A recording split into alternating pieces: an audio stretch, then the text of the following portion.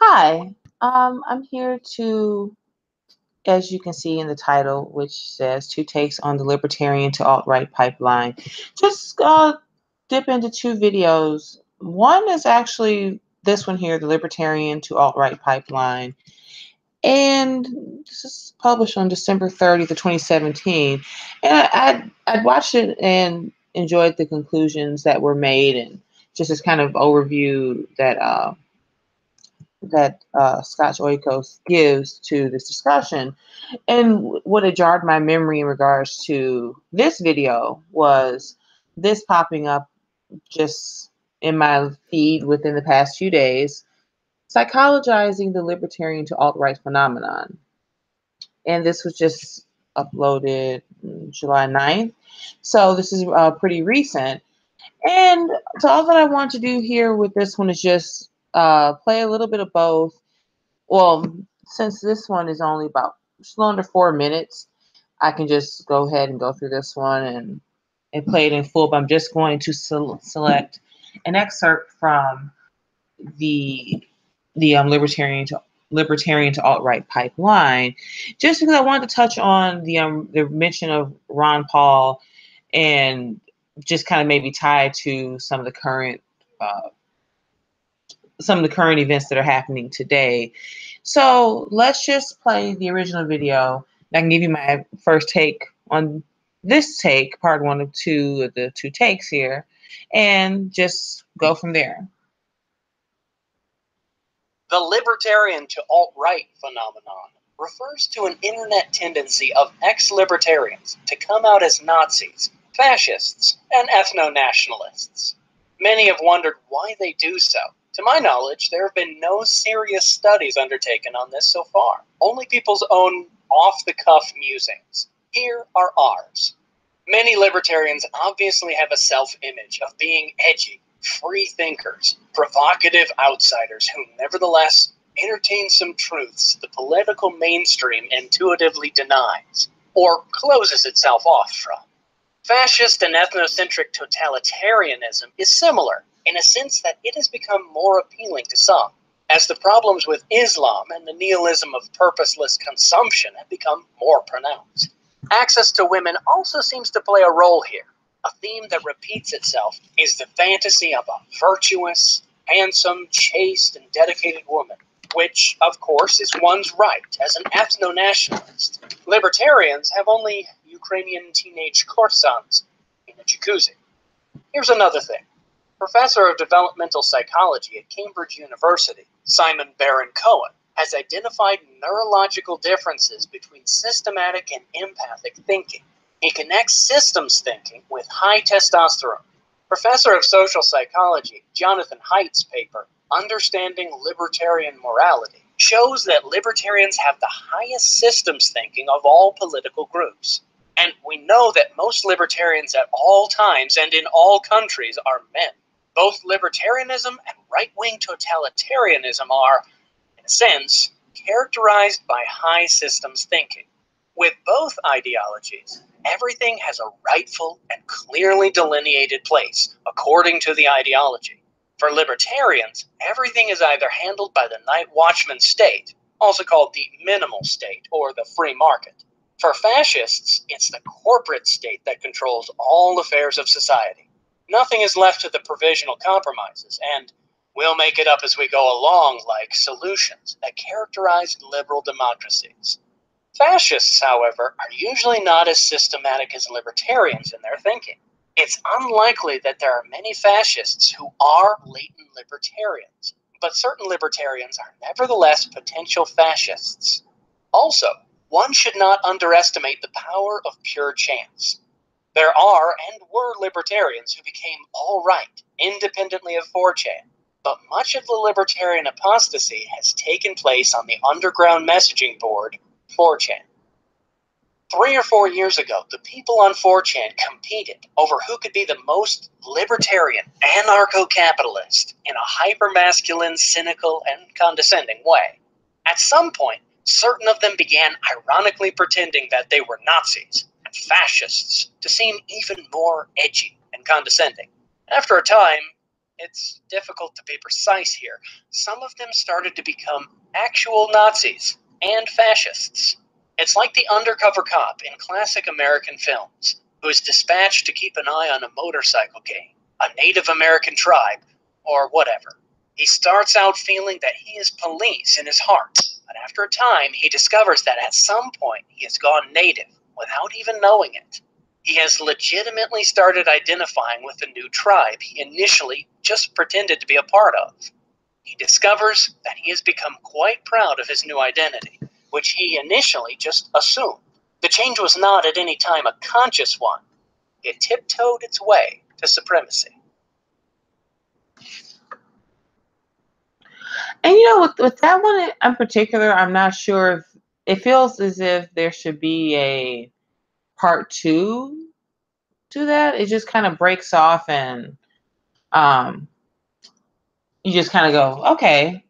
So basically, I would say the first minute or so, there's a little bit of like this kind of slight snarky undertone to the picnic that he's kind of laying out in that video, and it starts to like just in the slightest way touch on a few points that were good to be suggested there, but obviously could go a little further. And then the ending kind of makes you wonder if there's more to come, hopefully, because I don't think that's the most valid. I guess criticism could be the word, to just basically suggest, well, everyone was just faking it and pushing themselves faster and harder and faster and harder, and then the end. But I just thought it was an interesting jumping off point to get to kind of pull a few different looks at that question, like how many people, or the who, the where, the why of going from libertarianism towards the alt-right. Yeah, so I was just in 3 minutes. I thought that was pretty fair. It was pretty interesting, a little snarky, but let's move over to the second clip, which is the video that came out in December. Again, links in the description. You should definitely check it out. I would like to maybe go through this one like piece by piece and just kind of riff a bit. But this is what stuck out to me. So I'm playing. There's this brief section where he starts to talk about Ron Paul. So just instead of me chatting about it, I'll play it, kind of give you my thoughts tied to some of the happenings of this current week, and I'll maybe dip into it again. So let's give that a peek.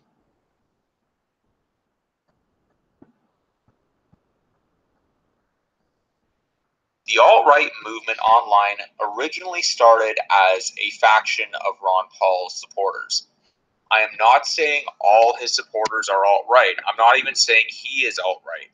But if you look at Ron Paul's past and his views, it's not hard to see how he may appeal to far-right racists and anti-Semites. He's flirted with some really extreme individuals, has literally given a speech in front of a Confederate flag. He hits all the right notes about the Federal Reserve, entitlement programs, and foreign policy. And let's not forget that newsletter controversy for which he barely has plausible deniability. This is where I want to reaffirm that I am not attacking principled libertarians who believe in. Okay, that was a very, actually, in retrospect now, watching that again, that was a little bit smaller than I had taken it to be. So there's a few things.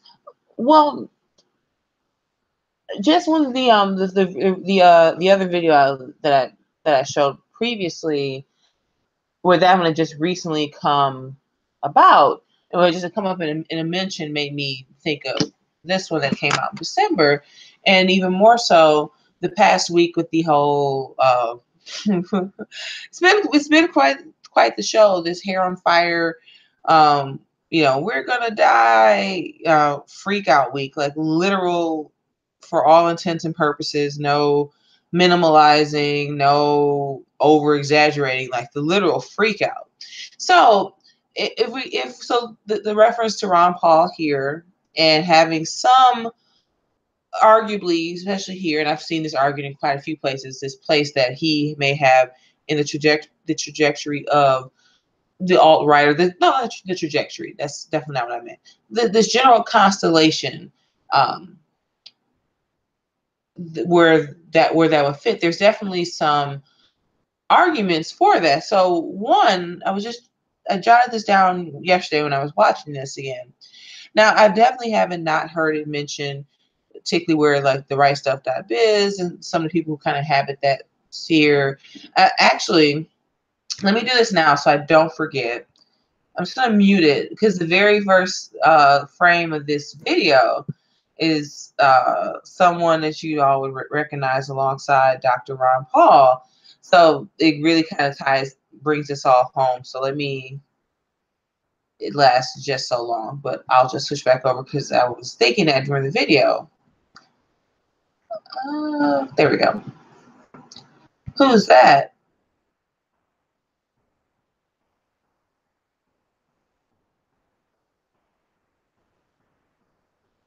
Okay, yeah, and again, it's like literally like 5 seconds. But yeah, so the strange bedfellows discussion. It's not even that. I think now, so I guess with both of these videos, or both of the people kind of, diving into this question or trying to field this out, this road that some may have taken. What really sticks out is I've not heard this before, and for my own self personally, looking back on the Ron Paul movement and being, I would say very tangentially. I'm not some like super huge like. There's people I know who, maybe traveled a bit, worked on his campaign. I actually specifically remember going to a campaign. I was like a member, just mostly went to a few events for Campaign for Liberty. And one of the women that I met there worked on Rand Paul's Kentucky Senate campaign. And so I guess here we go. We can just dive right into that. So just rewatching these two videos this week, and in light of the whole Zelensky Trump Putin, hysteria fest, Rand Paul definitely, brought himself to the center of the discussion. One of the few people, taking Trump's side, not even just Trump's side, because that's actually more irrelevant because, we're not here to take sides. He was taking more the side of peace in the face of all the hysteria and the screaming. So retying this again to these two videos, I think originally, if I could teleport back to maybe the 2008, somewhere around that period, especially when, Trump and any serious, metric wasn't on the horizon, was just discussing this a few days ago, the whole birther thing and Trump and CPAC. And it's just so funny to kind of like look back at that time and go, well, whoa, now he's president, he's here. But the Ron Paul movement was very much in play. Everybody with the revolution, with the love, spelt backwards and kind of awkwardly. Just so I'm sorry, I made a note. It just seems weird reading it back to myself, but like in the Fed, and the way that became like this. I was gonna say it because I just really just put this in my head. It's kind of like it was kind of a meme of itself at the time. Like people were passing around like in the Fed, as a physical book, as an idea, as some type of bumper sticker, political poster, T-shirt, street art, as you started to see that phrase and a lot of the momentum behind it, different policy options, different ways of looking at the world in political sense, a social sense, economic sense. So in the Fed and the Ron Paul movement, if you were to look at the alt-right specifically, but look at the general right in a broad sense, like it's definitely it's definitely a fixed point worthy of more exploration in the greater constellation. So a lot of it just this week, it would hit me as well. So everybody remembers Rand on stage with Trump, and Trump called him ugly, basically, and there was all that, kind of, goading each other, and well, mostly Trump goading him and just being kind of a little bit of a dick. And to now, after Trump winning, people have, there's enough evidence and just the work that they've kind of collaborated on, and even where they agree, or where Rand definitely isn't supportive, I guess particularly Pompeo, he wasn't too hot about his appointment. And anyway, so it's just kind of seeing this influence is kind of like throwing a pebble into the water and letting it ripple. The Paul influence from Ron to Rand has been really significant. And so it just got me thinking, we're so kind of in this Trump paradigm and those changes there. But it's interesting to see two people who have had a lot of impact on this greater picture, like even for Ron, that spans back back a couple decades or so. And even in Rand, and the kind of mantle that he's picked up as this, the most libertarian person that we've gotten to this point here, and to basically kind of be at least a fellow traveler, if you will, with Trump on a certain subset of things. I even heard this week a few people saying, and I was like, oh, that'd be kind of cool. We couldn't get Ron for a whole host of reasons. But what if Rand was on the docket in 2024? That'd be something to see.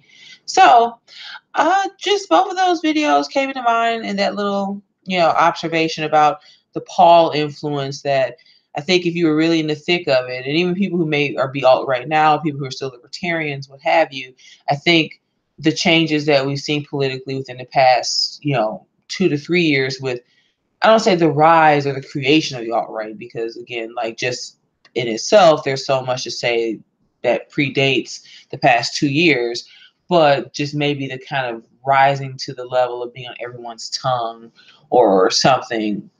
And also the Trump, rise, election win, and now our first year and a half-ish of his presidency, how some of these things have been with us so long, that have been in the picture, but now they're in their full center, and we're seeing the changes and the effects that they're having on each other. But a lot of this has all been in motion for some time, and this week it was definitely kind of a way to revisit that thought. So that's all I had to say. Just wanted to keep it short and brief. So I'm just going to leave it there, and I'll be back with another one. Peace.